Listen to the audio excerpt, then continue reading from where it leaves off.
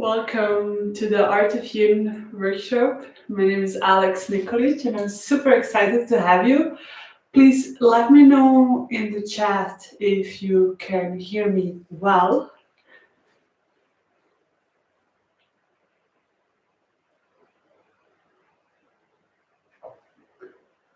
Or also if you can't hear me.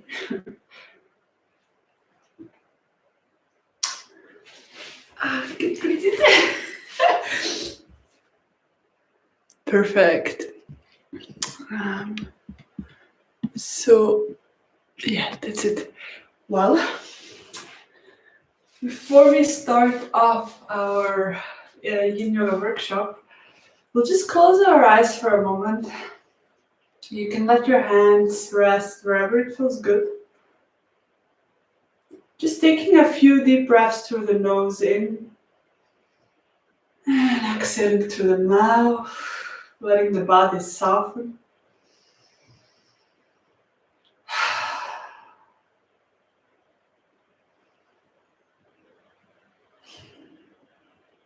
And then allowing the breath to move through your nose in and out.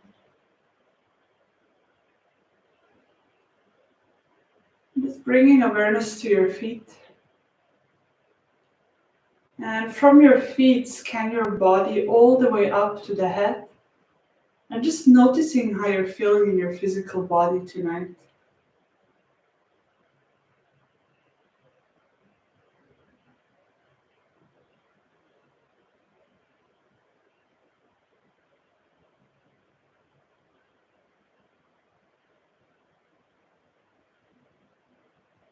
And then take a deep inhale through the nose in.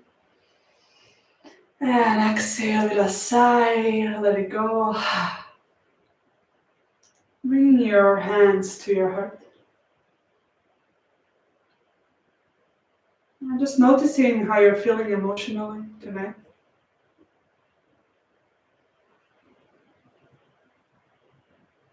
How is your heart?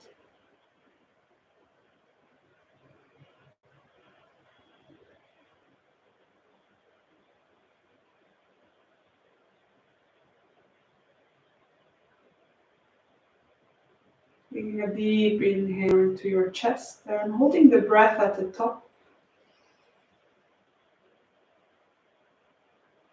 And then slowly exhale, let it go. Taking your hands and placing them on top of your eyes.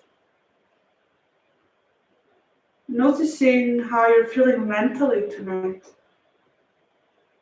What has been the quality of your thoughts today?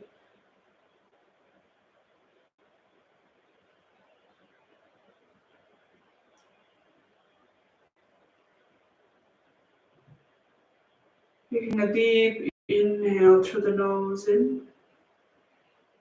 And exhale, let it go.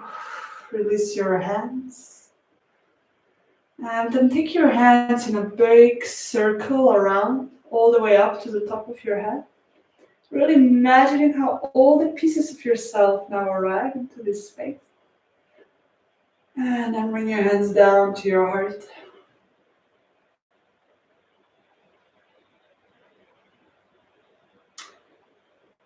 Maybe stay open tonight to whatever we learn, relearn, unlearn, and experience in our bodies, minds, and emotions. I'm inviting you to set your intention for our workshop. Maybe a mantra or reminder. And maybe there is also something specific you'd like to learn.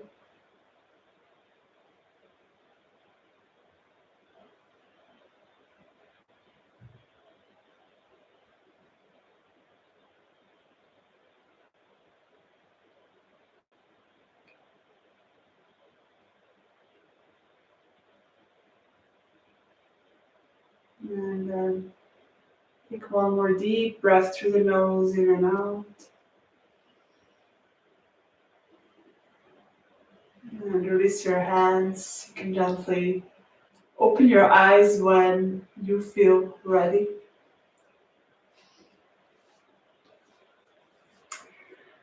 So, welcome to our Art of Yin workshop. One more time. I always feel we are different people when we take a few moments to just breathe and tune in. And I feel a big part of Yin Yoga is exactly that. So, there are different ways to explain Yin Yoga. Tonight, we'll go first through the theory, and then we'll have a practice. We will really experience in our bodies what we kind of learned in our minds. And that's always a very interesting process and a very important process because, there's so much we can know rationally. And then once we experience, we like really know. So, what is yin yoga? So, there are different ways to explain it. One way is yin yoga is a simple practice. It's for everybody, and it's medicine for the modern world. This is also like, especially the last part, that this is medicine for the modern world, is also part of the Yin culture movement that my teacher Nick started. And the whole Yin culture, like, explanation of what is Yin yoga or what is the Yin culture is. Yin culture is slow down, tune in, let go, and wake up. So, just one way. Another way is also like there is Yang yoga and there is Yin yoga. So this is a Yin approach to yoga, a slow approach to yoga. You have in the modern world or in the Western world, we practice a lot of dynamic yoga. Actually, almost everywhere there are different forms of dynamic yoga. And Yin yoga is a passive style of yoga, but just passive in terms of, you're just being in the shape and there's no effort. So this is one of the big differences also between the yin and the yang yoga. So there is a great quote, and it's the power of yin yoga is time, not effort.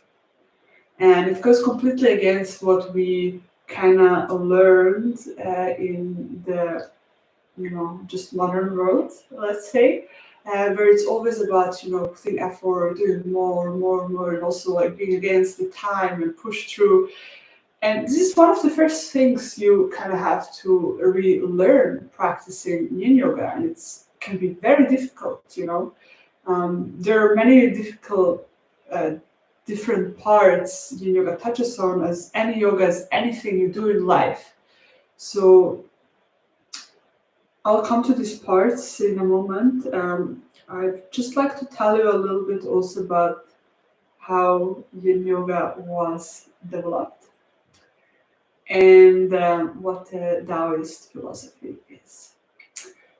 So Yin Yoga was adapted from the Taoist yoga. Let's call it Taoist yoga. And this was more. It's not like a classical yoga. It's a martial arts, and like there's a yang part where it's martial arts. It's not very yin, and then there is the yin part where you hold poses for a long time. And it was Paul really that started, taking the yin out of the Taoist yoga and just practicing that next to the martial arts, but like separately. So his students would come and they would be in a garage in, was it San Francisco? Somewhere like, California. And they would just like come into his garage and they would be there.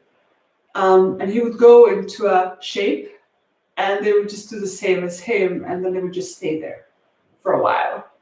And it was like they were like the Yin explorers, they just experimented on themselves. There was not too much research yet on all the effects of Yin Yoga.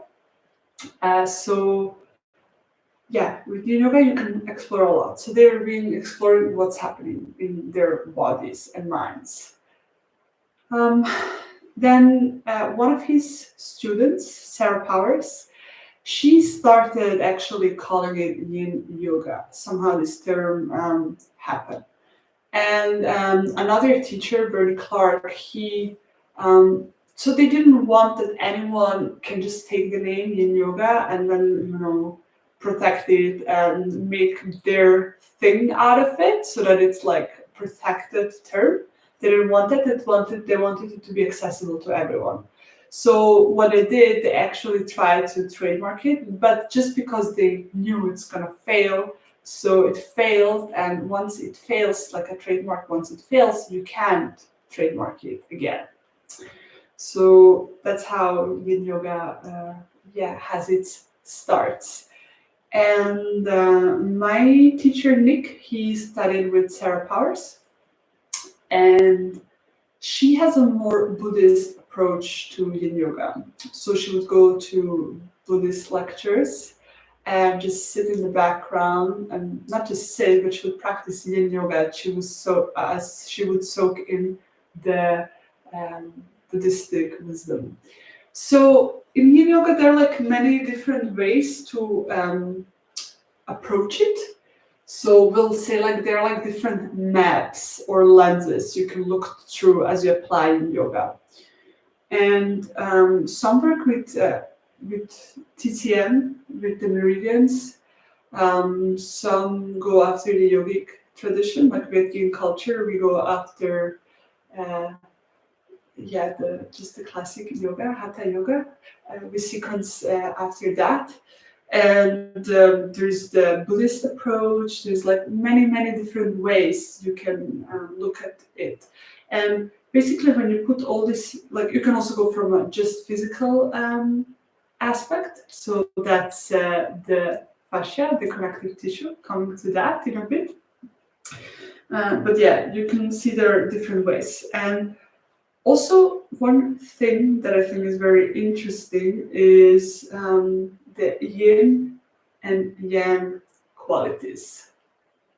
So when you close your eyes for a moment and you think of yang, like everything that is dynamic, what kind of words come to your mind?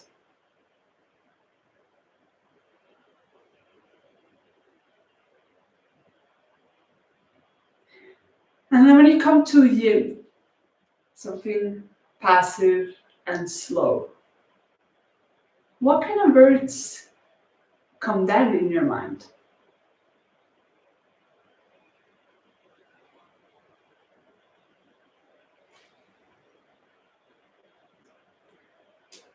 So both approaches, like we need both the yin and the yang. And this is also like the Taoist philosophy. Like we need both. And in the yang, you also have the yin, and the yin, you have the yang. The symbol. Wrong page, sorry. The yin and yang symbol, we see it a lot.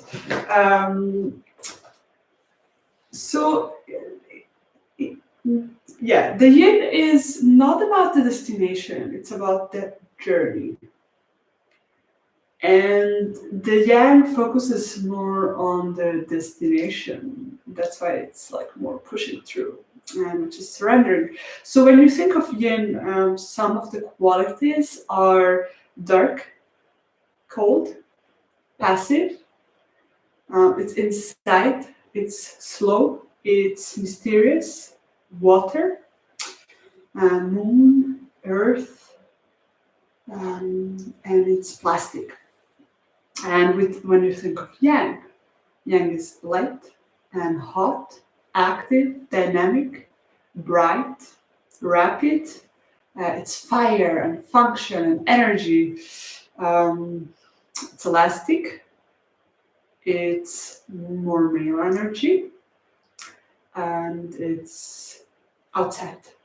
So instead of inside your guru, it's more outside focused. So these are some of the words. And this can apply to anything in life, and it's like it just shows us that everything in life is all the time changing. And it has always like the both. Like in everything yang, there's some yin, and in everything yin, there's some yang. So you can't separate that. And it's always going to be that like that in a dualistic world on planet Earth. That's just how it functions. And then it's like, how can we go beyond that? What's beyond that? And in the Taoist philosophy, that's the Tao. And you can't really explain the Tao because it goes beyond the rational mind. But the Tao is where all of this doesn't matter. All this, ups and downs and waves and lows and highs, that doesn't exist there. And you truly remember who you are and what you came to do. So this is that. So life is about the constant, transformation and change. And in one of the ways to experience the Tao can be Yin Yoga, while slowing down. I like to call it also it's a meditative yoga, and of course any yoga can be meditative. I know that very dynamic yoga can be that too, but what I experience with Yin is that you're not just distracting yourself from your mind because you're moving. You're actually being present with it, and then you realize how crazy it is. And from there, it's gonna like naturally calm down, and you don't have artificially to force it, nor avoid it. So when you think of yin and yang, it's like yin is surrendering. It's like no pushing. And yang can be also like control. And neither yang nor yin, like you need both in life. Like yin yoga is not a complete practice. You can't just do yin. Because if you just do yin, the medicine will also turn into poison. Means you might get sluggish, you get bored, you get passive, like too passive, you get like unmotivated, and like you can't find ways to feel uplifted. So, or you're too detached from everything. So, but it's something we need more. So we're extremely yang. Even like if you look at the planet is like getting hotter and hotter, and it's very yang, and like we are also like crazy yang. So the yin is just the opposite medicine for that. But ultimately, it would be like kind of both combined and then beyond that, in theory. So yeah, this is this part. So just ask if there are any questions at this point to just that what I just said now, and then we'll move deeper into the yin yoga in a practical matter, not just rational theories and philosophies.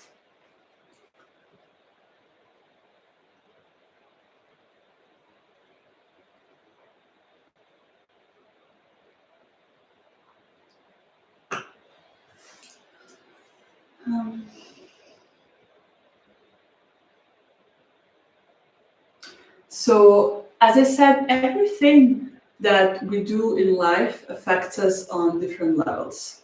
And then you can break it down to a specific activity.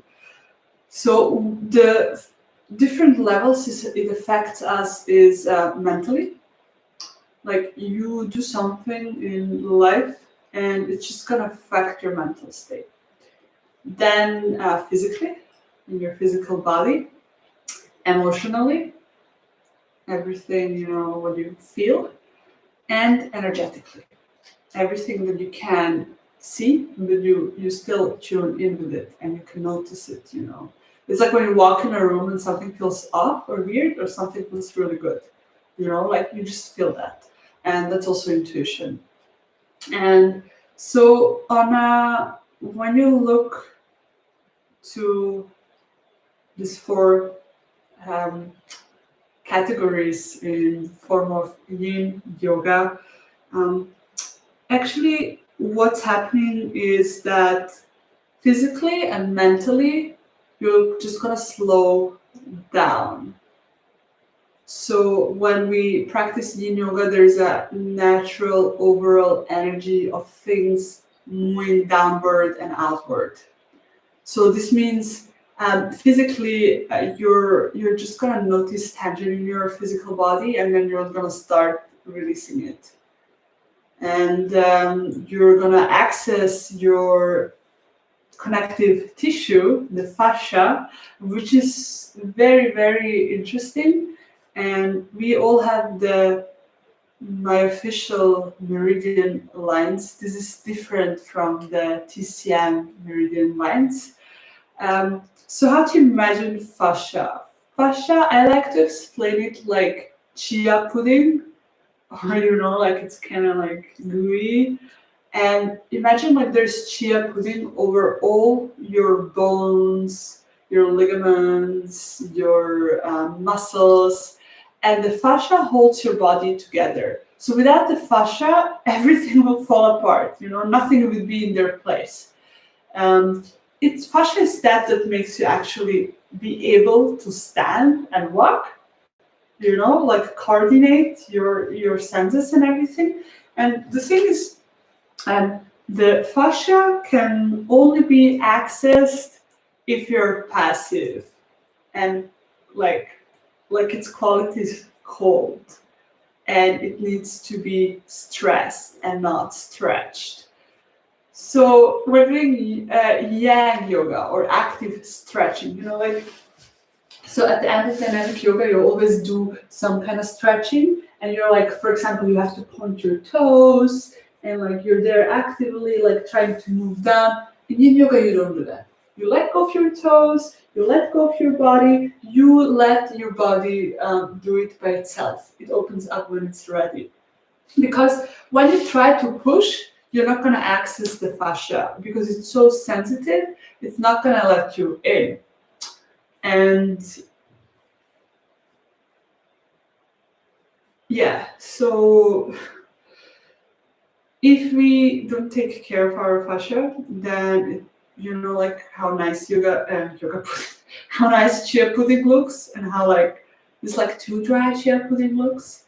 It's like that what happens. So there are different ways to take care of your connective tissue.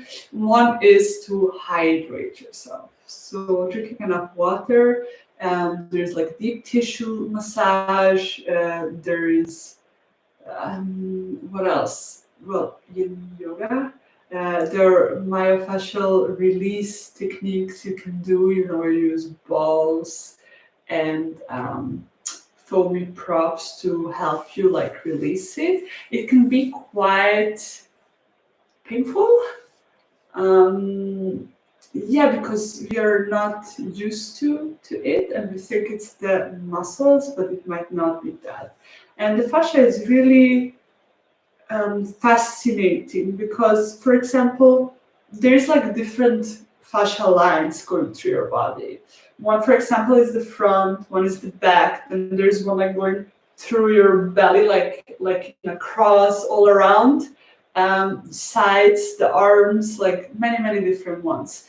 And for example, someone has like pain in their left shoulder, and then you try to work with your left shoulder, but actually it's not your left shoulder. It's like the tension is maybe in your right hip. And if you work with these fascia lines, you might release it down here in your hip, and then it's gonna also release the pain in your shoulder. Or you open your toes, and then suddenly the tension in your neck is being released. So this is very fascinating. This is like in your physical body. In the past, let's say like 50 years ago, I think fascia research is still very young. It's like not older than 50 years. It's like less, probably like 30, 20. And in the past, they were just like not they would like open human bodies, and there would be the muscles and bones and all this stuff and nerves, and they would find it interesting, and fascia was like not considered anything interesting. And then they actually realized its potential, so there's been done a lot of research on it. So it's quite interesting. So if you have physical tension going on and you're not sure why, and you tried everything, maybe it's your fascia, the connective tissue that needs some love and care. So then, mentally, yin yoga is going to affect you mentally. First time, most likely, you're gonna go crazy. It can be very, very challenging because we think yin yoga is this relaxing yoga style, but actually it's not. So there is restorative yoga, and the idea of restorative yoga is relaxation.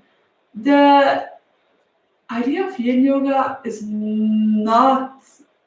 it's not its first priority.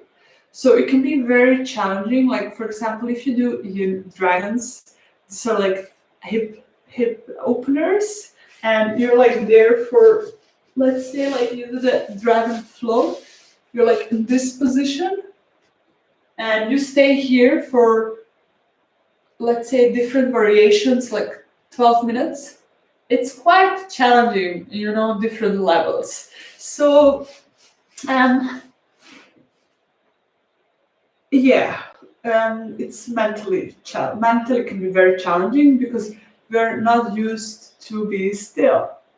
And if you're practicing yin yoga, there is nothing to distract you. You're just there with yourself. There is no phone. There is nothing to read. There is nothing to listen to. There's just you. And then you realize how crazy your mind is, and you're like, oh my gosh, I came here to relax and chill and calm my mind, but I can't calm my mind. And it's like, and that's kind of also the magic of yin yoga. It actually shows you your reality as it is. And I'm like, you cultivate the capacity to be present with yourself and to realize these things are just passing. And as you release certain things in your physical body, it's like not just physical things, it's also mental stuff. Can be like stories, memories, also painful things. And then there's not just the mental part, but also the emotional part. So we hold on to stress and all sorts of emotions in our physical body, especially like the ones that are more heavy: grief, sadness, frustration, anger. This can all be stored in your body, and then you stimulate it physically. Then you feel the pain, the emotional pain, and then that emotional pain activates a memory in your mind. So all these things are happening like in the same time, and it's like, how can I stay present with it, hold space, and let it be? Not try to force it to, be gone, or go too much into a story, like, go into the story of this person that hurt you, but just be like, the reality right now is this is not really happening. Like, this story that I have in my mind happened a long time ago. It's done. I'm just now processing what has been happening, that I was still lingering around in my system. So we are creating space mentally, emotionally, and physically, and also ultimately energetically when we practice yin yoga. And for me, it has been really, really powerful. Like, it just opened my heart so much, and I realized how out of tune I was with my heart.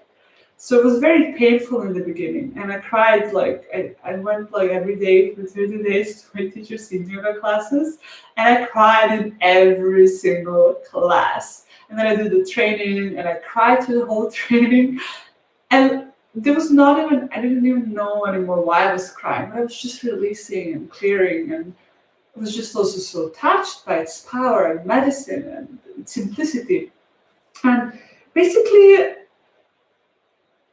it's a practice that anyone could do, but it's not, of course, like it's not every practice is for exactly everybody or all parts of the practice. Like when you're pregnant, there's certain things to take care of because you can do certain things when the baby's in your belly, like twists, like forward folds, and lying on the belly, just like natural stuff you wouldn't do when you're pregnant. And also, there's this relaxation hormone that is being released more as you're pregnant. So you become also more stretchy and you can go deeper into the poses, but normally you wouldn't. So you have to be careful to not overextend. So just in case someone's watching that is pregnant, that's like really important. But it's also very beneficial to practice in yoga because it's calming. Once you go through the terrifying part, it's relaxing. It can be all of that too. You can really connect to yourself, connect to the baby. Yeah. So this is. Let me check my list. So just I note. Yeah. So this is like the first overview. We're gonna go slightly deeper into that, like the 4 stages of a yin shape and what happens in the stages. If anytime you have a question, you just type it in the chat, and then I'll just answer it if I can, or I'll send you resources if I can.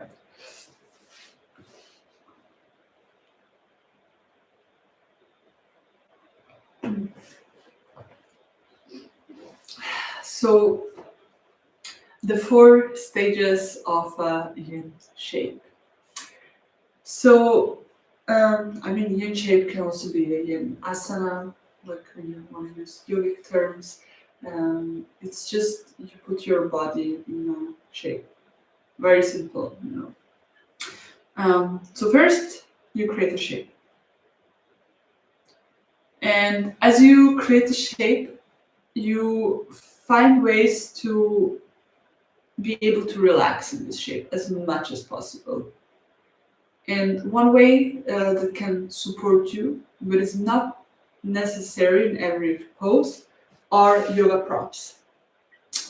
Bolsters, blocks, blankets, rolled mats, pillows, whatever you have, might even be chairs. And I've noticed that sometimes people feel like when they use props, it's bad because they're not enough of something, let's say flexible, or I don't know, just like weird ideas we humans have because we are very goal oriented. Forgetting yoga is not about that. So it doesn't matter how it looks, but it matters how it feels. So when we go into a yin shape, we stay for a longer time. So for the body sometimes to open, it does need some grounding.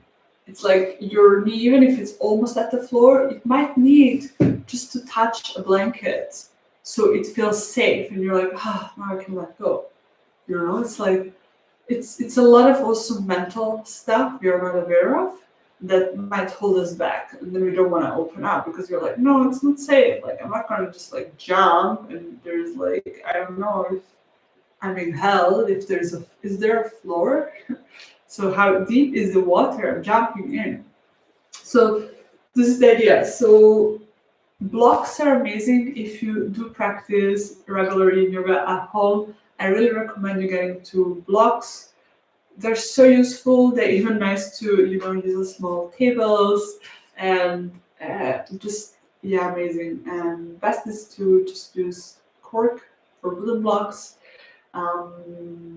They are more stable and more sustainable and hold for longer. So they're really great. So first we create a shape. And we arrive, We notice what's happening, what do we need to shift, to change, to micro adjust so we can fully be there and stay there. Because the second step is to find stillness. So first we create the shape, then we find stillness. And once we find stillness, we hold this shape for time. So 3 to 6 minutes, plus, minus, depending like what kind of sequence, which kind of people you're practicing with, and why it's like at least 2 to 3 minutes is because if it's less, you might not access your fascia, your connective tissue. And yeah. So in this steps between finding stillness and holding for time, there are different things happening inside you, and also different things you can do to, for example, deepen the practice and just stay present. Because sometimes it's difficult to stay present when we feel challenged. We just want to tune out as out. But the yoga is about tuning in, and we're on an inner journey. So one thing that you can do is every shape has a target area. Means somewhere in your physical body you're gonna feel it most. And as a teacher, I mostly like tell you where to release tension because I know in this shape you might feel there the most tension. And maybe not, maybe yes. So that's very interesting. Like noticing where do you hold the tension. And then once you release tension, are you like just shifting it from your hips to your neck, or are you like really releasing it? And we often don't even realize how much tension we are holding. Like even now, just like notice right now where you're holding tension, it is not needed. It's like such an interesting practice and a great way to move through the day. To just notice where you're holding on to weird postures and tensions. And those tensions are also often created by some thoughts, yeah, or emotion we feel, and we don't want to feel it. You're not going to be held back. You're like, no, I'm not going to feel that. And it's like, ugh. So yeah, and we release, then we feel it, and it's going to pass. Yeah, so this is one. Bring awareness to your body, to the sensation to feel, and just stay with the sensation. So there is this Buddhist practice, it's like from Vipassana meditation, where you just pay attention to that. And just notice how it shifts, how you like it, how you dislike it. It's like a never-ending flow of change. And yeah, and preferences also.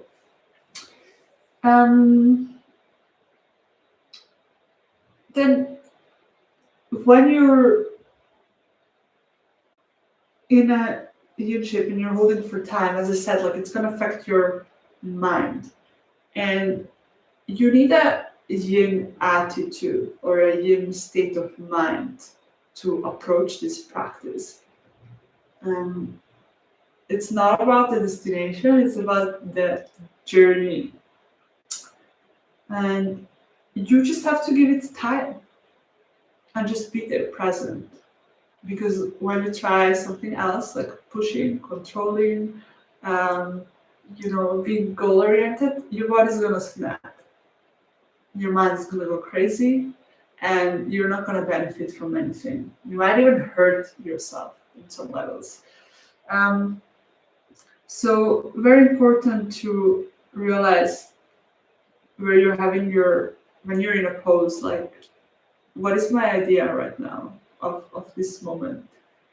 And what do I feel I should be doing? And what is actually like the thing? So we always say like the body's talking and the mind is listening.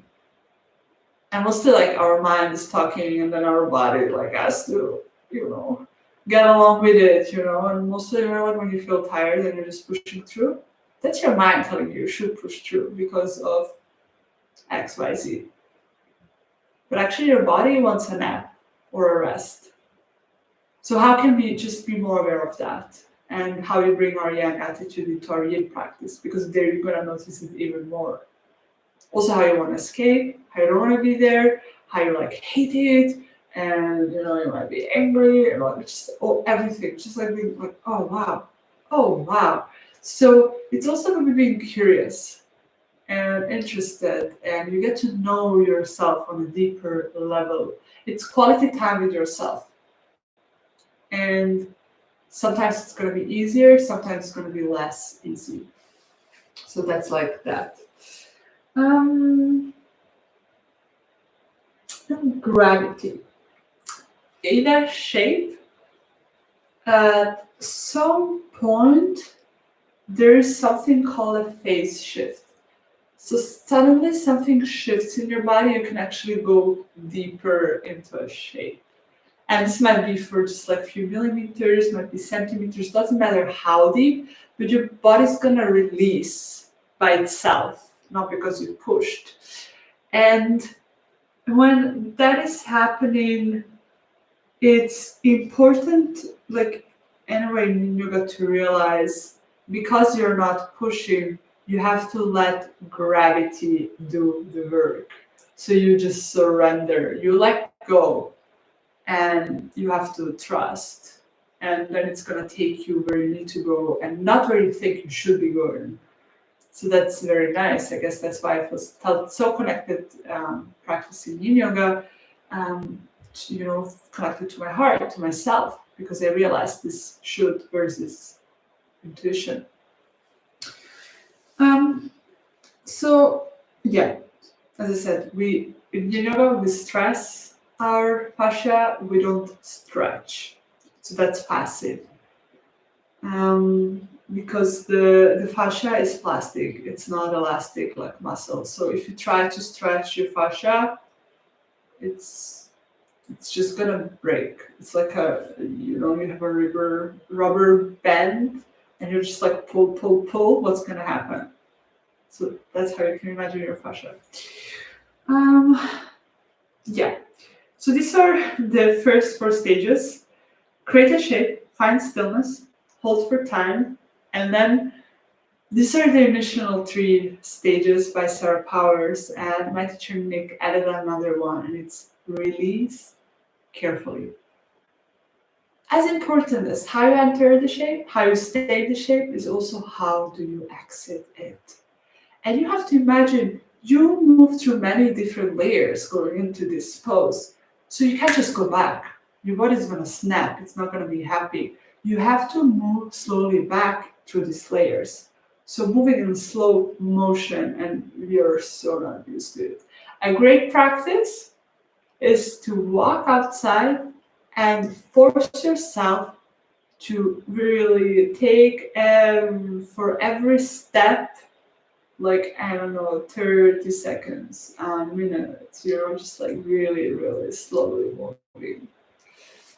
And that's also gonna help you have a more yin attitude to things. And so the shape doesn't end once you change it or exit it. Then once you hold the shape and you release it, you just stay for a moment still and notice what happened inside you, in your body, in your mind, in your emotions, and in your energy. It's very interesting. Like, why would you rush that? It's so precious information for you. And yeah, this is like how you can also apply it into day-to-day life, like this 4 stages. It's like how often do we rush from one thing to another? We don't take time. We don't properly enter something. We also don't properly close it. And then we're also not present while we're in it. So it's like, what the fuck? Like, why are we then even doing it? What is life about? So just take a moment right now and write down where in your life you need more yin. Where do you feel you're pushing through? And it's not like healthy, inspirational, motivational yang to take action and really create from the heart, but it's quite the opposite. It's like putting your heart back. and your feelings and your physical body. And yeah, what are the concepts and ideas that make you think you should be pushing through? So just take a moment to just write a list or write some words, some activities, friendships, places, people, activities, jobs.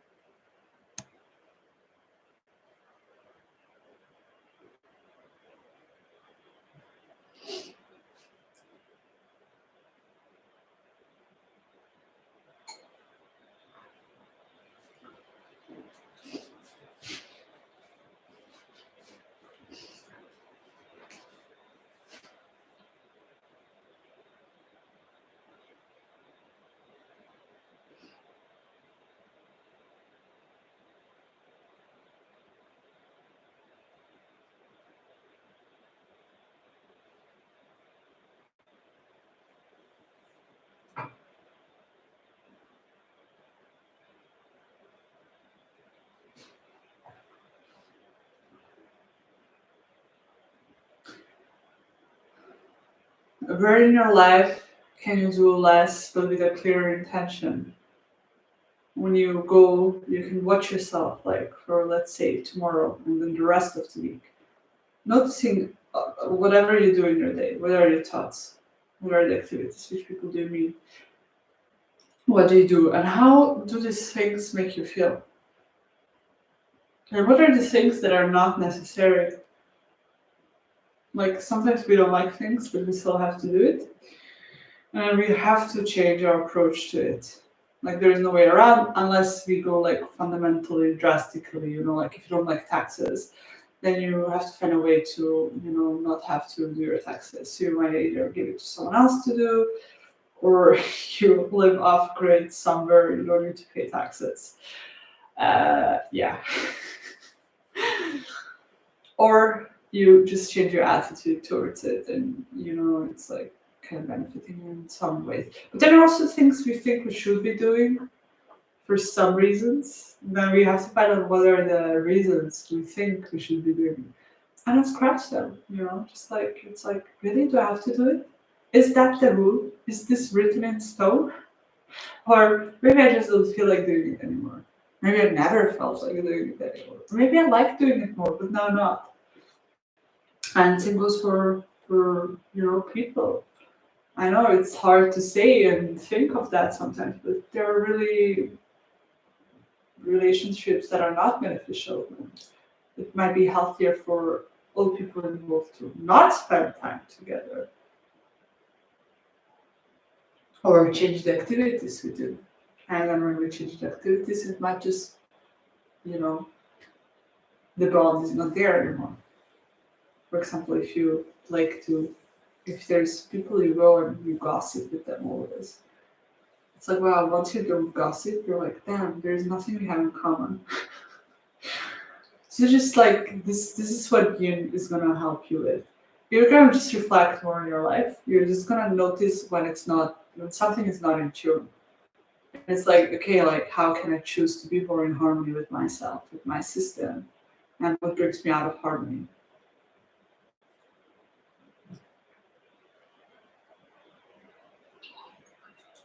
Let's give you a few more moments to just journal on this.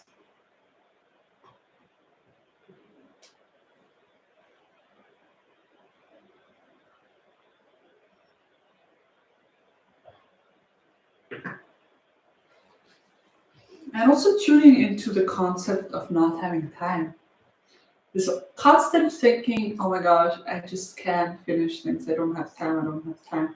And especially not time for things that nourish you and feel good and bring joy. So it can be also a list with things you would like to integrate more in your day-to-day life. And then you write it down, then you might have to schedule it. And it's like schedule your day, make your priorities. It's all about priorities.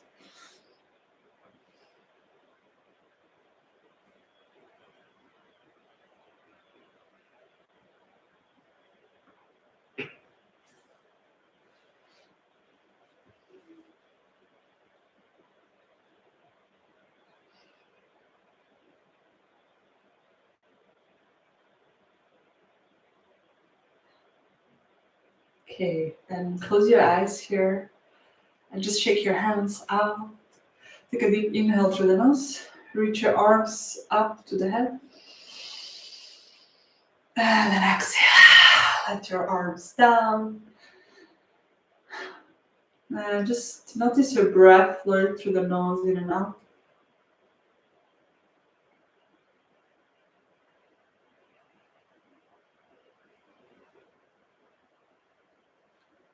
Now we'll be doing a practice with our breath. We're gonna extend our exhales here, so I'm gonna count and you can just see what happens. So we'll count to 4 for the inhale and count to 6 for the exhale. Inhale, 2, 3, 4. Exhale, 2, 3, 4, 5, 6. Inhale, 2, 3, 4. Exhale, 2, 3, 4, 5, 6. Inhale, 2, 3, 4. Exhale, 2, 3, 4, 5, 6. Inhale, 2, 3, 4. Exhale, 2, 3, 4, 5, 6. Inhale, 2, 3, 4. Exhale, 2, 3, 4, 5, 6. And inhale, keep going in your own pace, allowing every exhale to become longer than your inhale.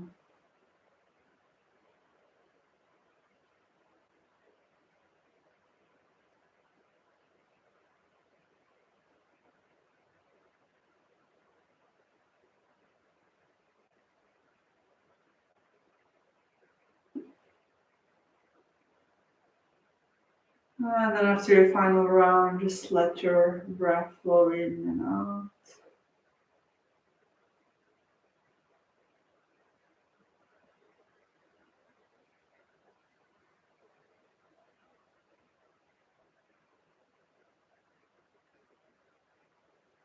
And when you're ready, you can open your eyes.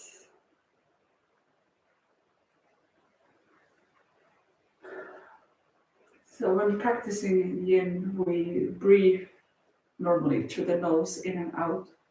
Sometimes when we do, for example, dragons or work where we are releasing a lot, then we can also, from time to time, have a deep exhale through the nose.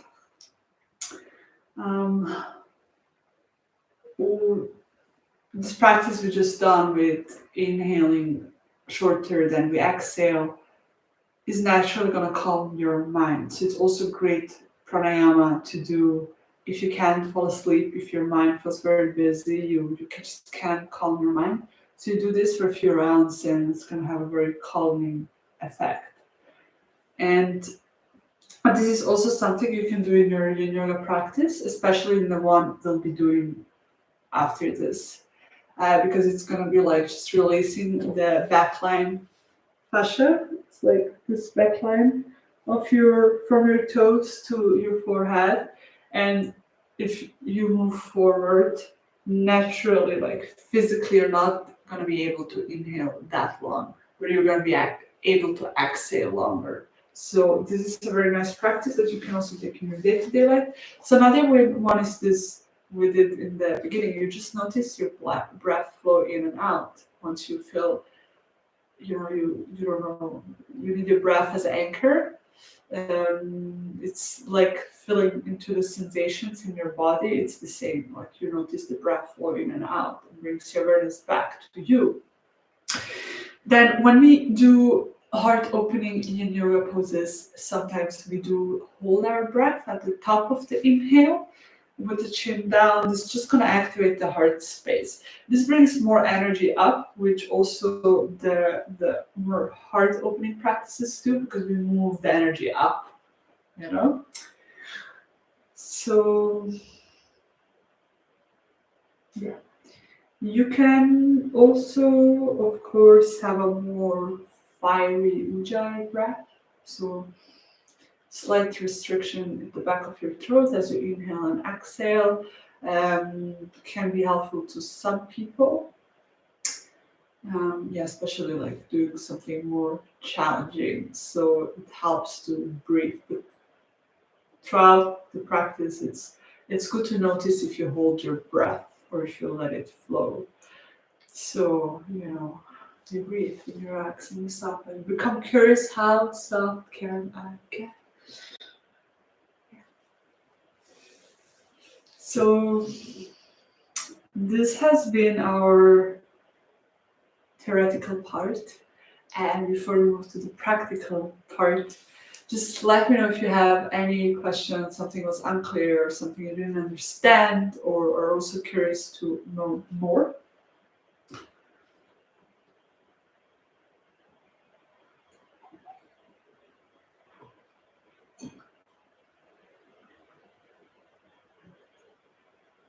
And if not, that's completely fine. You just want to take maybe a moment to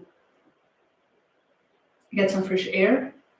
And if there's any thoughts you have and you want to put it onto a paper, you can just take a moment to write things down, go to the bathroom, and create your space for the practice. So if you have any blankets, towels, bring everything. So you just can use it. You can experiment with. If you don't need it, that's great. If you need it, perfect to have it close by.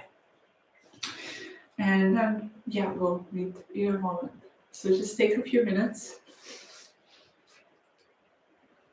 Also have some water maybe.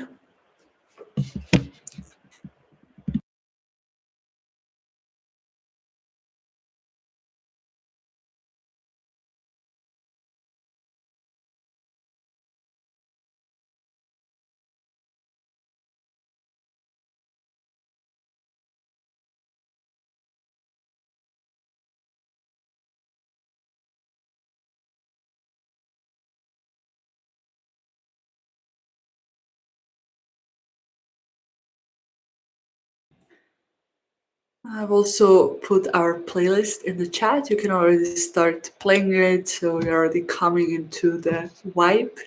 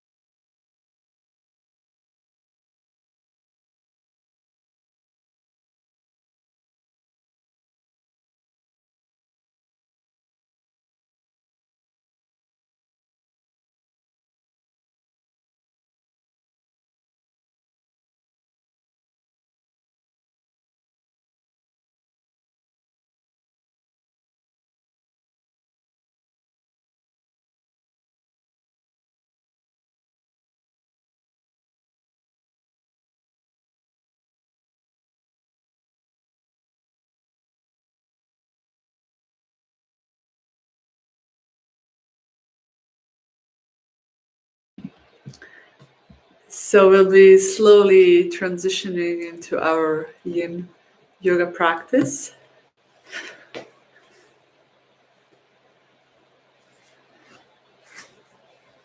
And as we arrive, you can just sit down for a moment first, taking a couple deep breaths through the nose in and out.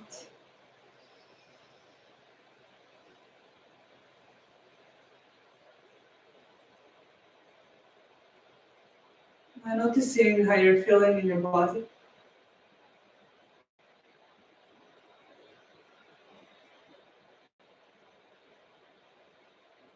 How you're feeling emotionally.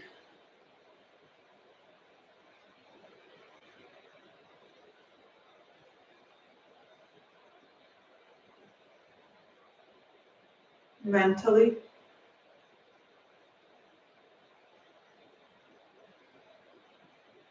and energetically.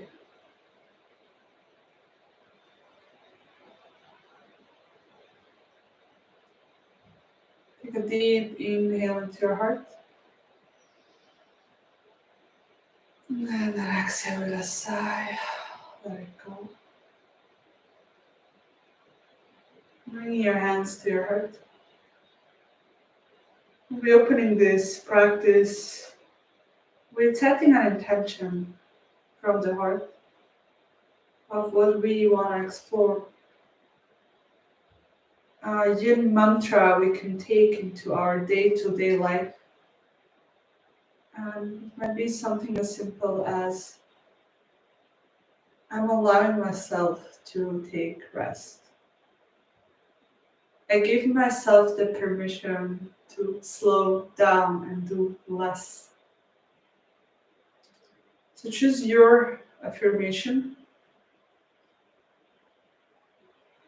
Keep it simple and uplifting.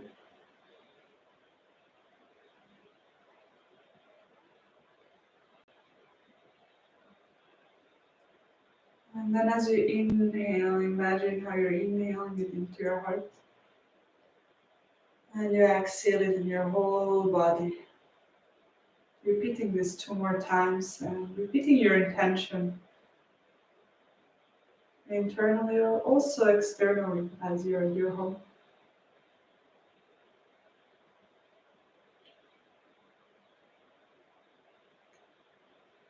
And when you're ready, you can release your hands, open the eyes. Our first shape is the toe squat. So for the toe squat, please have a towel or a blanket to pad your knees and come onto all fours. From here, we're gonna lift our feet up, spread the toes wide, and then exhale, place your toes down, and slowly walk your hand back, coming onto your heels. And then make sure your small toe is also touching the floor. And just notice if this is not bearable, you just lift yourself up and stay here. If you have a block or a pillow, you can also sit on that if that is helpful to you. In our toe squat, you can inhale, open your heart here, and then exhale, release your shoulders, your neck, your tongue. Closing the eyes and taking deep breaths. And remembering we're creating our shape now. Noticing if there is any micro adjustments you need to do so that you can find stillness.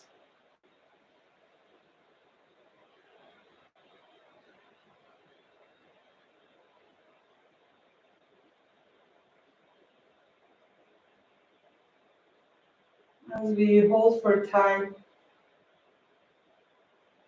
bring awareness either to your breath or to the physical sensations.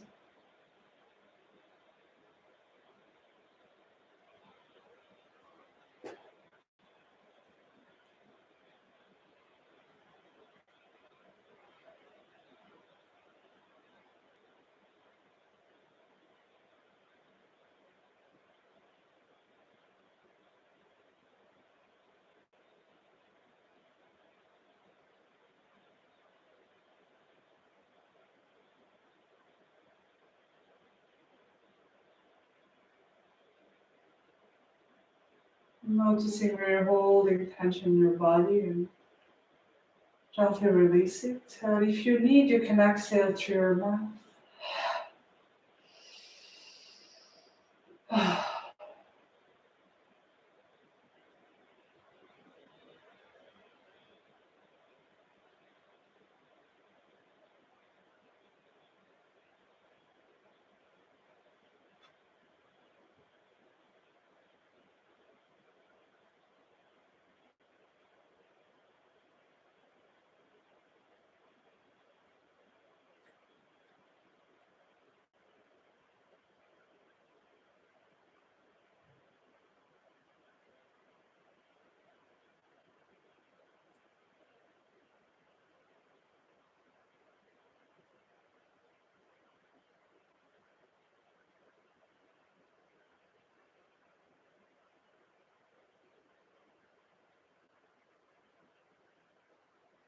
Noticing your thoughts, emotions.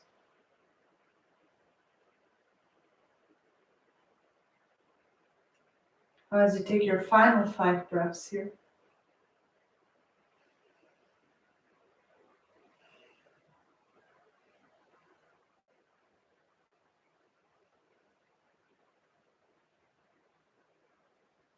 And maybe start playing with letting your exhale become longer than your inhale.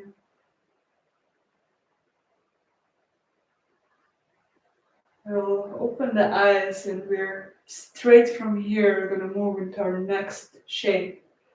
So you can just bring your hands to touch the floor and press yourself back so you come onto your feet. And then you lift your hips into a Daniel, a standing forward fold. If you want, grab one of your blocks and place your hands on it. Have a slight micro bend in your knees. You can also grab your opposite elbows here. Taking a few breaths to just arrive and notice what you need so you can stay.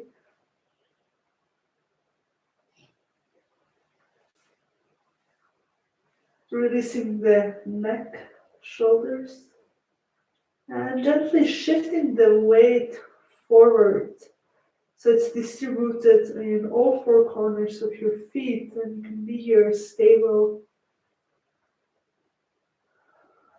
Legs are yang, but the upper body is yin.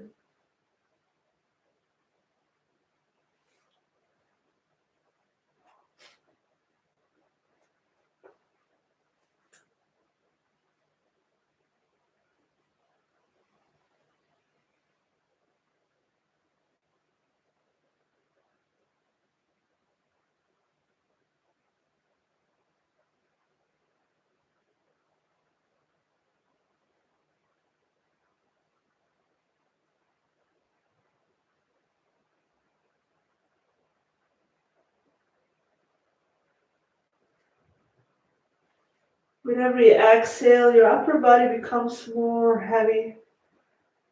You let gravity take over, releasing your neck, your jaw, your shoulders.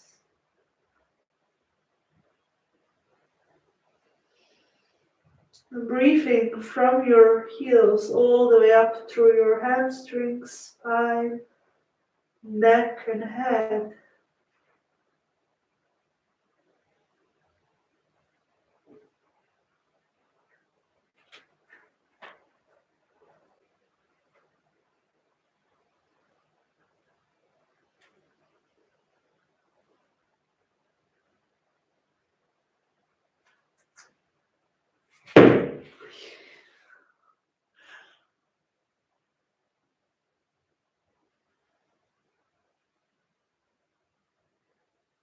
And for your final 5 breaths, release your arms.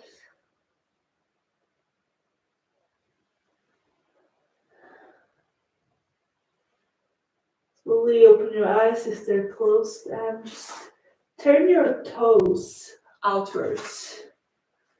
And then gently lower down your hips, coming into a squat. Like this. Bringing your hands first into your chest here for a moment. Really rolling forward your back and then inhaling, opening your chest. If you want, you can also sit onto something for extra support or roll up a blanket and place it under your heels. If you feel there is lots of space between your heels and the floor. And then take a deep inhale here. Exhale, look over your left shoulder. Shoulders are down.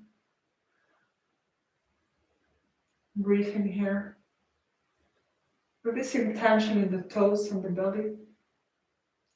As you exhale back to center. Inhale. And then exhale, look over your right shoulder.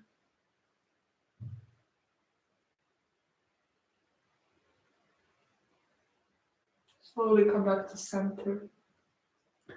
And then bring your hands down onto the earth.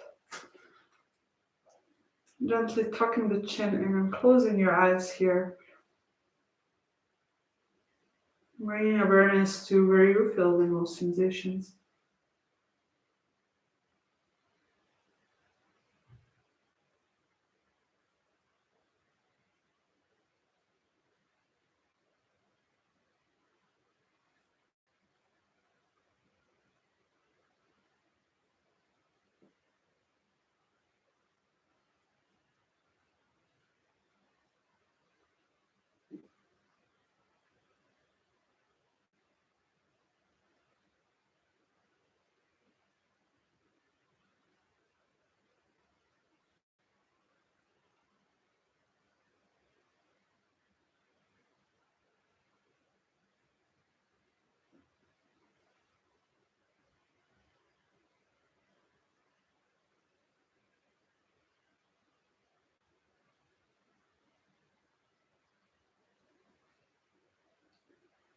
Every exhale, you release your hips here. Let your eyes sink deeper into the eye sockets. Let your tailbone become heavy. Deep belly breaths.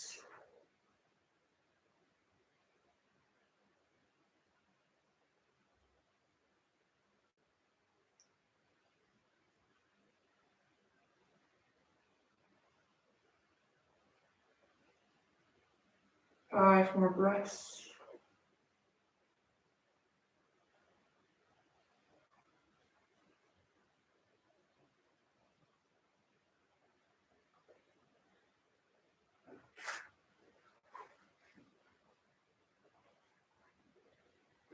And then carefully, if you're sitting onto something, remove it and just lower down. Come to sit on the floor. Wrapping your arms around your knees and placing your head onto your knee. Taking some moments to digest this new flow.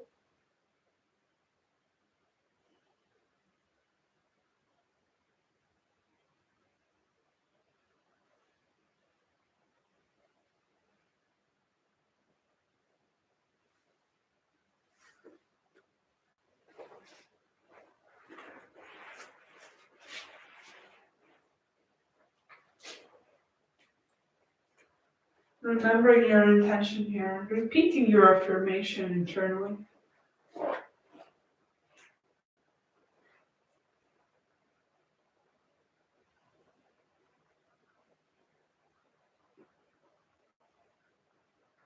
As you slowly come back.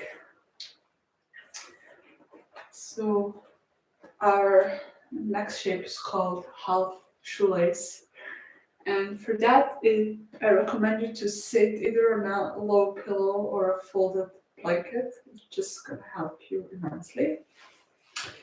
And then we're gonna extend our legs and just move the flesh away from our sitting bones so we can really ground down here. And our legs are extended. If it feels really uncomfortable to be like that, you can take a rolled blanket, like I have a shawl here now, but you can take a rolled blanket or bolster if you have one, but blanket is better, or a towel, and place it under your knees. And then we're gonna bend our left leg and bring our hands to our left foot, our left ankle, and bring that left ankle to the right edge of our thigh. And then from here, you might want to adjust your sitting bones again. This foot is completely relaxed, your right one. Remove the toes on both feet. And we're going to come to our fingertips. Inhale, open the heart, lengthen the spine.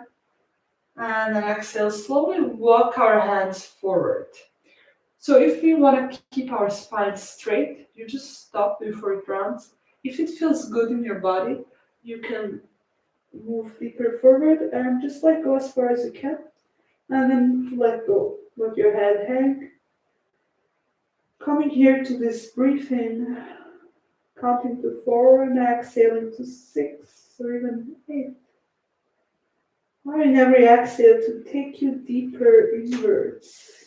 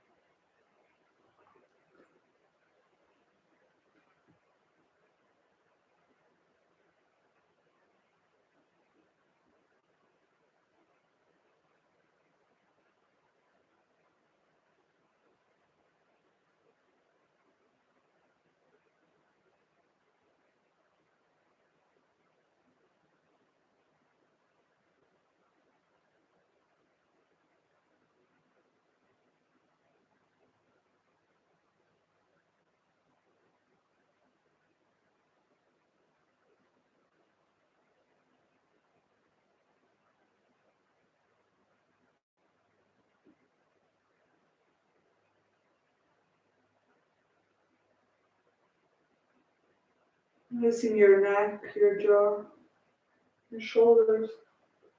Surrendering, noticing the yang attitude and how you can invite in more yin in your being. Softness, acceptance for what is.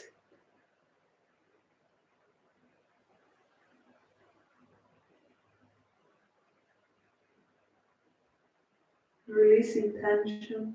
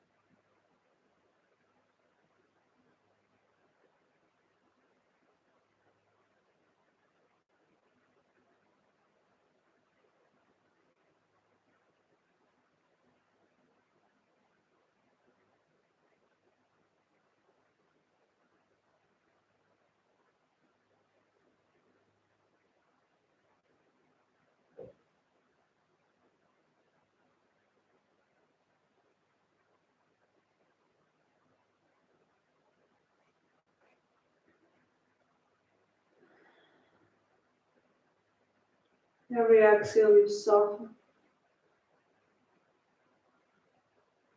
You need 5 more breaths here.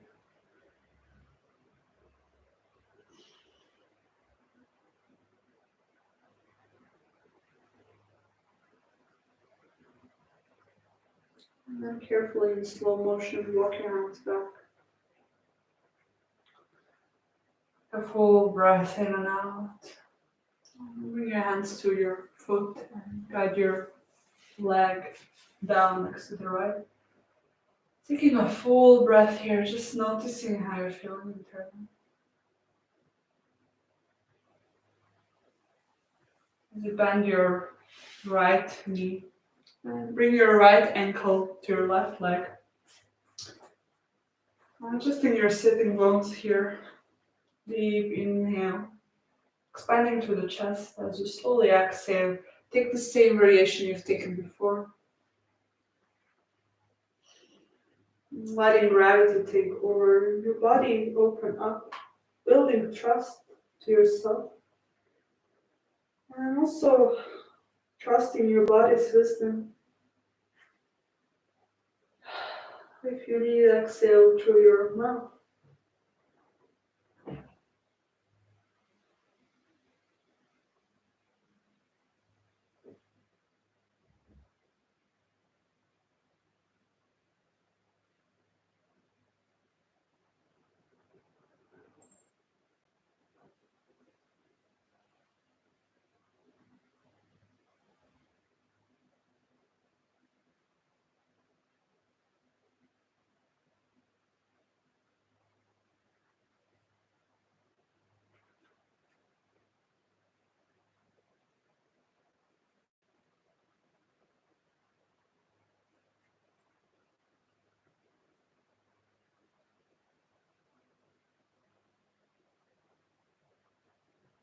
If I'm not who I am with, if I'm not what I do, and if I'm not who I feel, who am I?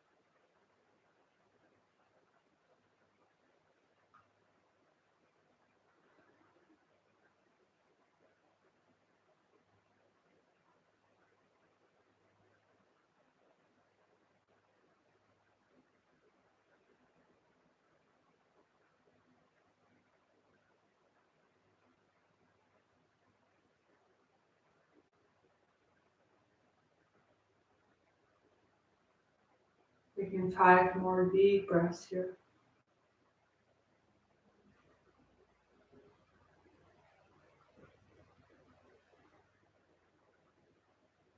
Long exhales, taking you deeper inwards.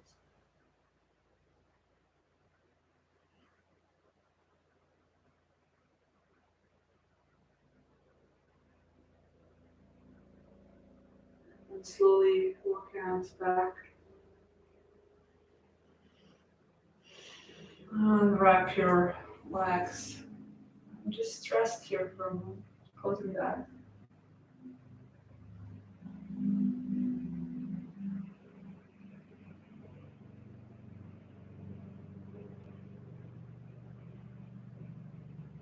Noticing the emotions, thoughts, and physical state.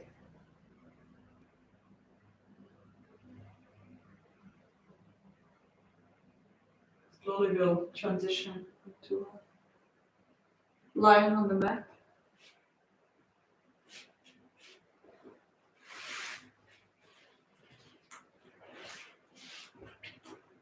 I recommend you, for extra coziness, to just lay down flat a blanket on your mat.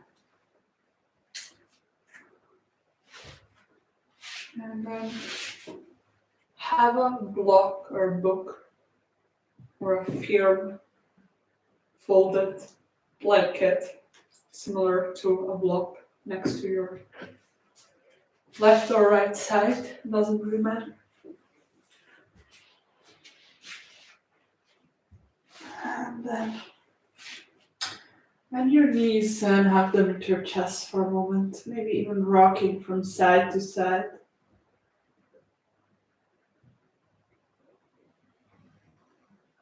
And then find stillness. Letting your spine rest on the mat.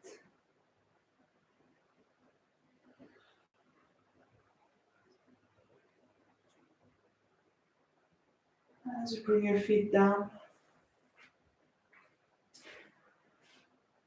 knees are bent. You're moving into a shape called supported bridge. For the supported bridge, bring your hands onto your hips, making connection to this body part, your lower belly. And then lift your hips gently and slide your block or whatever you have in the lowest setting under your lower back, where the bony part is. Your hands can be next to your body, extended onto the floor. And just take a few breaths here with your knees bent. Really allowing your lower back to rest. Release tension you hold there, heaviness, responsibilities.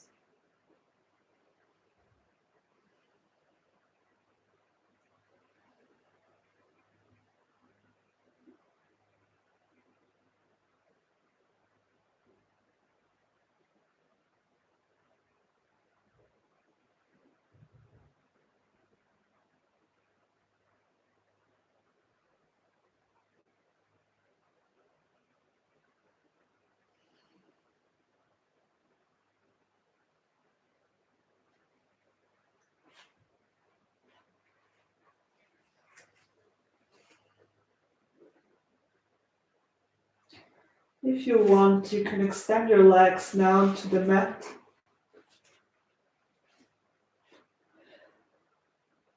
Slightly tucking the chin in to release the neck.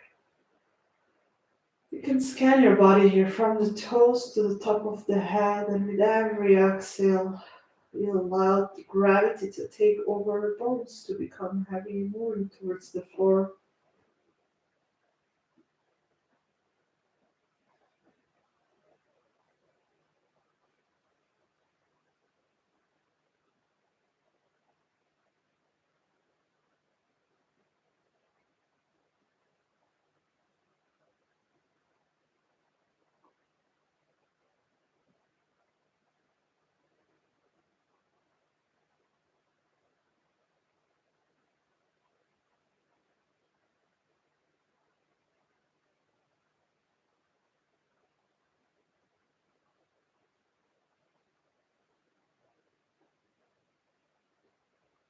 Breathing into the belly and into the lower back. And releasing your shoulder blades down. Softening your jaw and your face.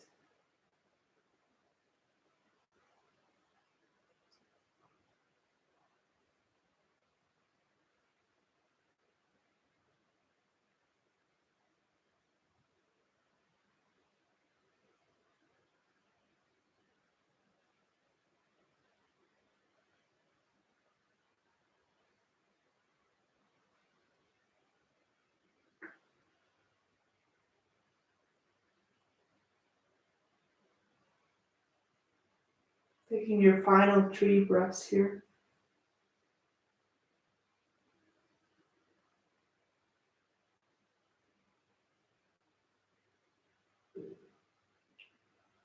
And then slowly bending your knees and walking your feet back to your sitting bones. Staying here for a full breath in and out. And then slowly lift your hips, shift the block away, and carefully lower down. I'm just noticing what's happening inside of you.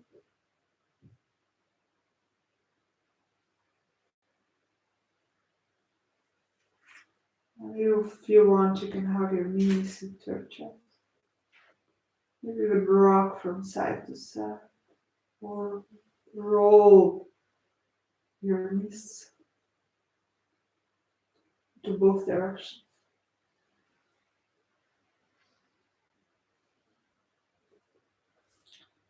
And I'm finding stillness for a moment.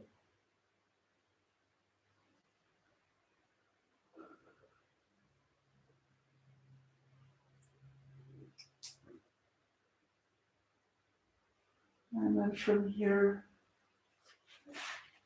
you can place a pillow block or whatever you have close to you to the left side of your hip. And then extend your left leg onto the mat. Interlace your fingers, place them on your right knee. Taking a few breaths here, just relaxing your arms.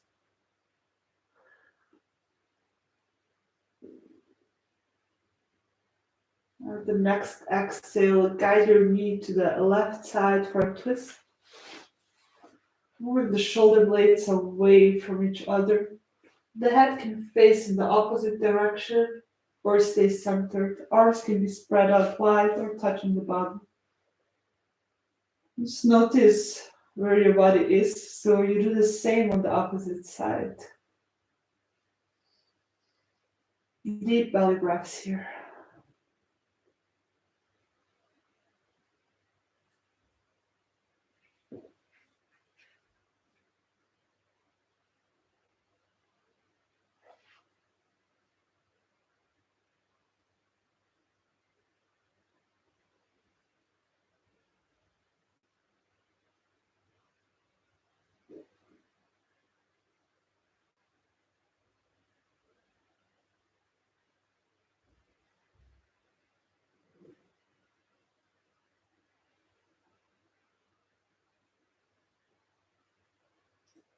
With every exhale, your shoulder blades and your knees sink deeper towards the floor. Breathing in your center here. Bring your energy back to center.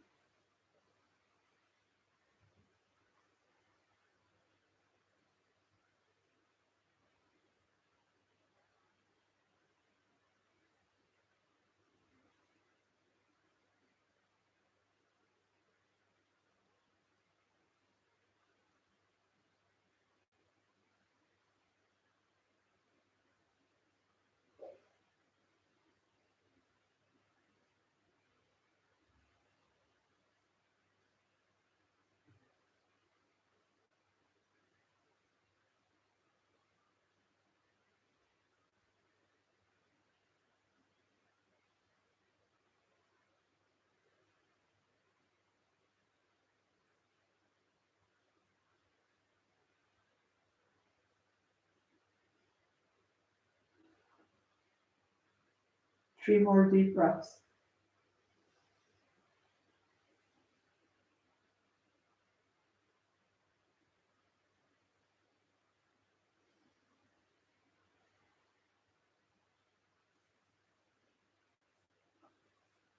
And slowly bring your hands to touch your thighs and center your head first before bringing that knee back to your chest. And then bending your left knee, extending your right leg onto the mat. Shifting your prop to the right side. Hugging your right knee to your chest.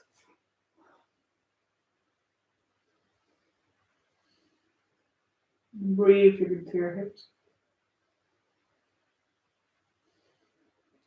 And then exhale, release to the right side. Taking the same variation you've taken before.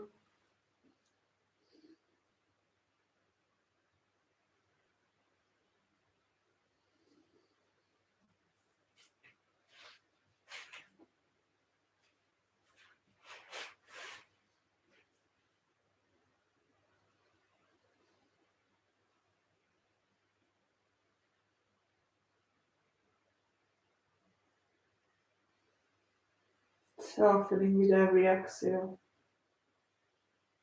Allowing yourself to just be.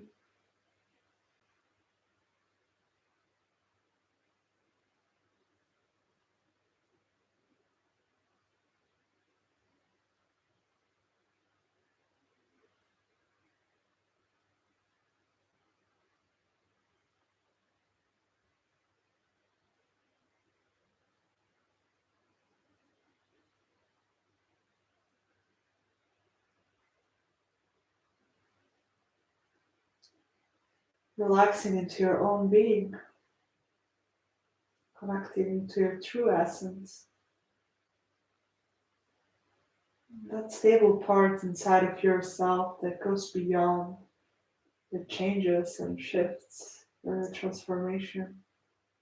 It just is, and it always is, and will always be eternally.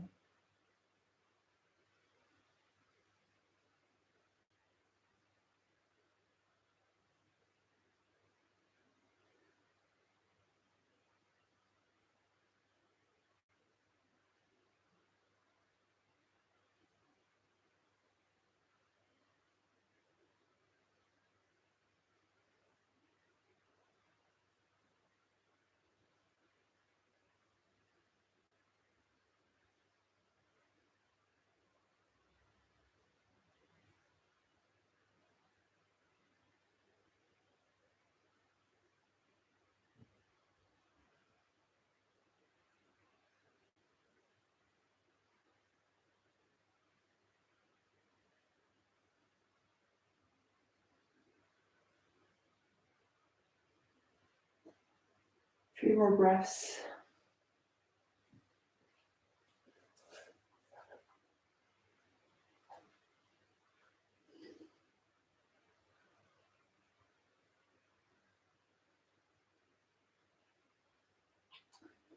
Slowly center your head and then bring your knee back into your chest. And let your right knee follow in a knee hug.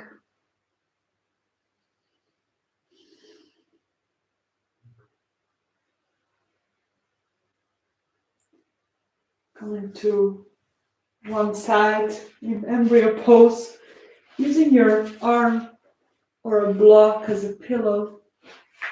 Just resting here for a moment, breathing through your heart in and out.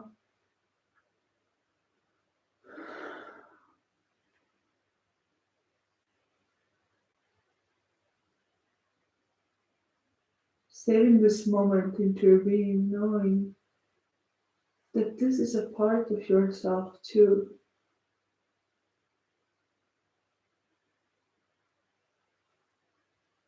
and that you have the power of choice and setting the right priorities to come back to it.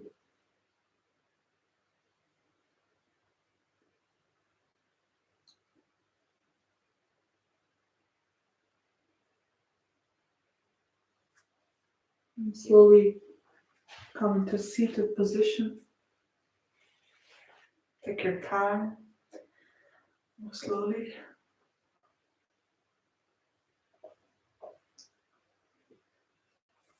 We'll move into our final shape before Shavasana, our resting pose. And from the caterpillar, what we'll be doing is this shape. We'll be going directly to Shavasana. It's just going to be deeply relaxing. So I recommend you, put on socks and have a blanket already on your legs. And if you want, you can roll up a blanket and place it under your knees or a pillow for extra lower back support. And everything else should be flat. Maybe have something close by, a shawl or something to cover your eyes. And then extend your legs.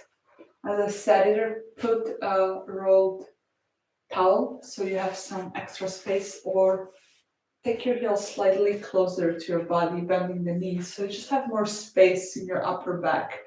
So we want to focus on relaxing the upper body, not creating too much tension. So remove the flesh on your sitting bones. And then come in your fingertips, open your heart here, and then exhale, walk your hands forward. Either stay where your spine is nice and long, just tucking the chin in. If it feels good in your body, you can roll forward, let your head hang, or rest on the knee. Taking deep breaths here, really breathing from your tailbone all the way up to your spine, and then you exhale. Let your long exhale take you deeper inward.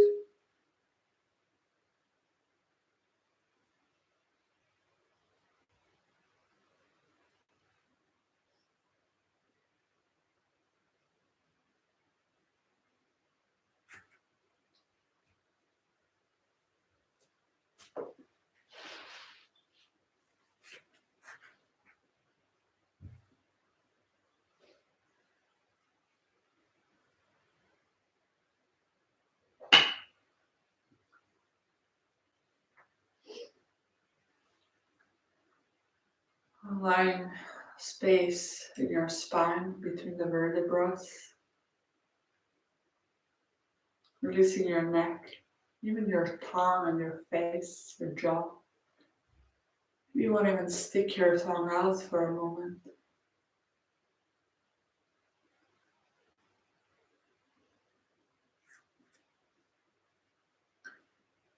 Trusting that you're being taken exactly where you need to be.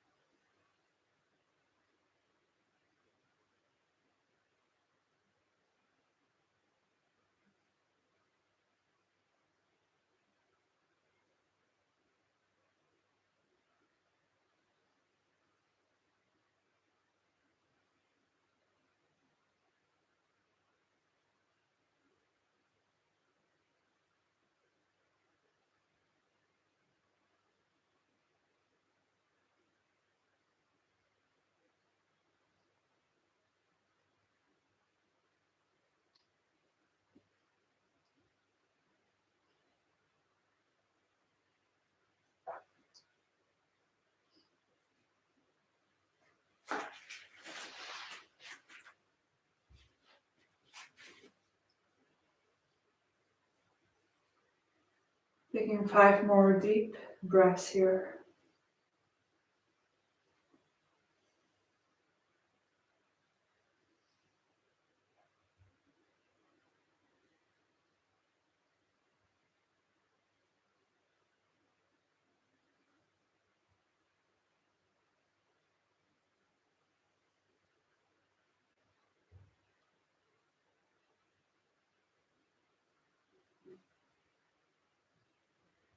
And then slowly walk your hands back, making your way down to Shavasana on your mat.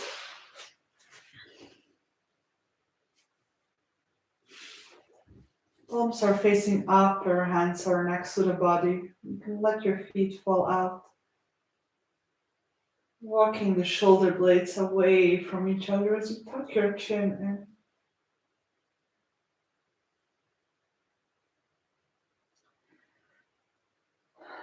Scanning your body here from your toes all the way up to the crown of your head. Releasing what's not needed. Letting your eyes sink deeper into the eye sockets. Using the jaw, the face. And then we'll take a full breath in here. And slowly exhale. Let the body become heavy. 2 more times in your own pace.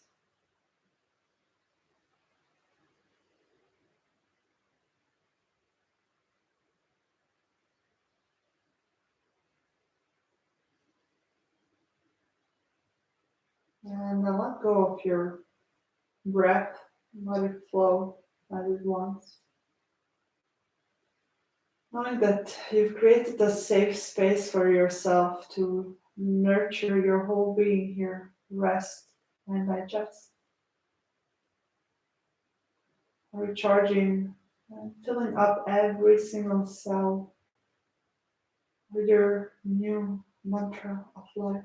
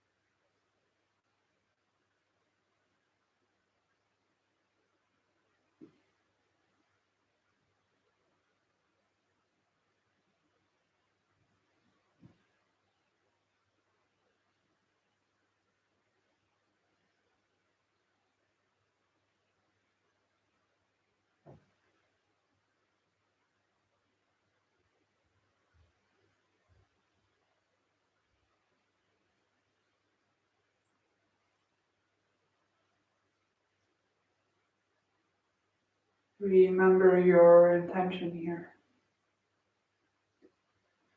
and repeat it 3 times internally.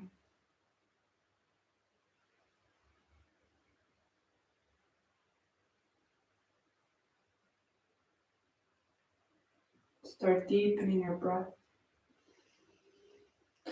Very inhale and exhale. You're feeling alive, relaxed, centered.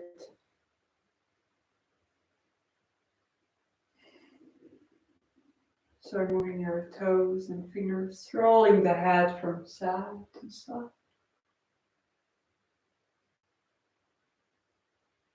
And then take your arms over your head for a nice stretch. And then hug your knees into the chest for one more time. Give yourself a hug here.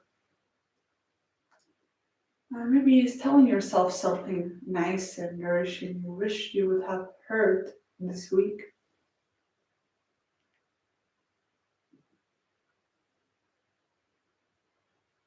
And roll over to your right side into a embryo pose, resting on your lower arm. Breathing through the heart in and out.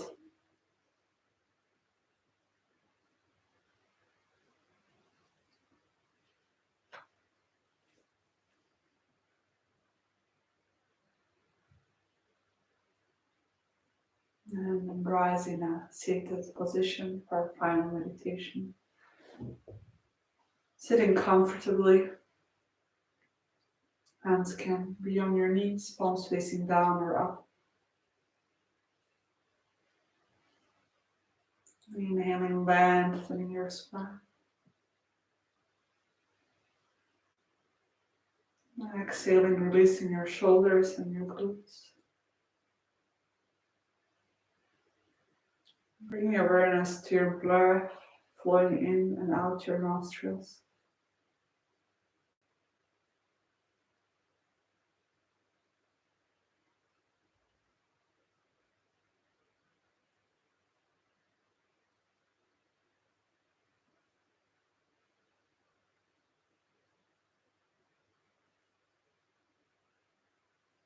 From here, drop your awareness to your chest, your heart space.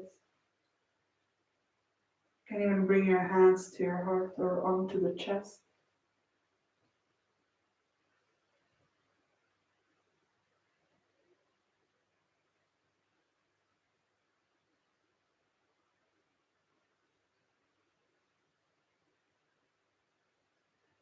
Giving thanks to yourself here in life. All the tools we have, and all the knowledge and wisdom. So we can set new priorities, make new choices. Knowing there are no real rules, we can choose for what's best for ourselves, our bodies, minds, emotions, hearts.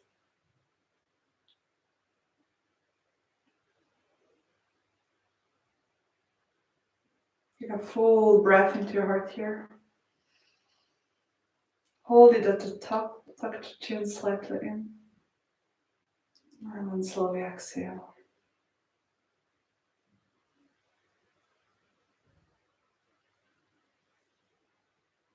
Thank you so much for practicing with me today.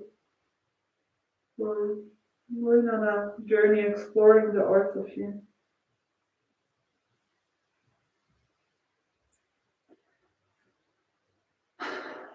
Take your time. Maybe you want to journal, or just rest, sit in meditation, go straight to bed, or even take a bath. Drink lots of water, and just take time to integrate this, and taking what serves you in your day-to-day life and what not. You just leave it, and once you need it, you know to what you can come back. If you do have any questions at some point, you can just email me to hello@alexnikolic.com. There are also more live streamed ceremonies and classes coming, so feel free to join or read or practice on YouTube, whatever serves you. And yeah, just thank you so much for being here.